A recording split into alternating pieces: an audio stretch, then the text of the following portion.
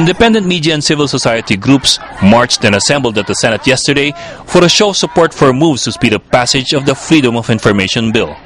With just 22 session days left before the 14th Congress adjourns, the Right to Know Right Now network says the clock is ticking fast.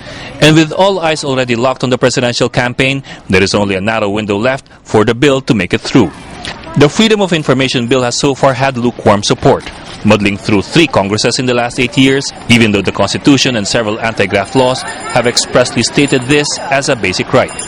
The bill reinforces the constitutional guarantee of transparency in all government dealings, while at the same time defining procedures for the disclosure of information and setting clear sanctions against those who violate the public's right to know. Journalist groups say transparency has been erratic at best, especially with large government contracts and with the statements of assets of all government officials.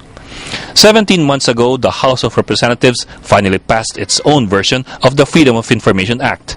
Interpellation in the Senate began just last month, and the network is hoping that the upper chamber can pass the measure before the holiday rush. Senate President Juan Ponce Enrile assured the network that the bill has the Senate's full support.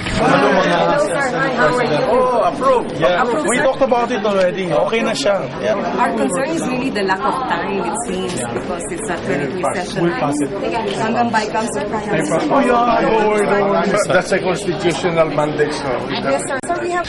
Senate Majority Leader Juan Miguel Zubiri says the chamber will pass the measure on third reading by December as an early Christmas gift to the Filipino people. We assure them that before the break for November 19th, that hopefully we'll be able to approve this on second reading.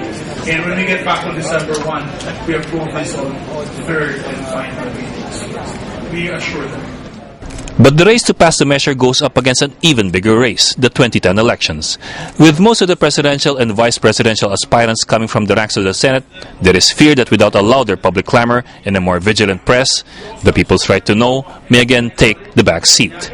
For the Philippine Center for Investigative Journalism, Ed Lingao.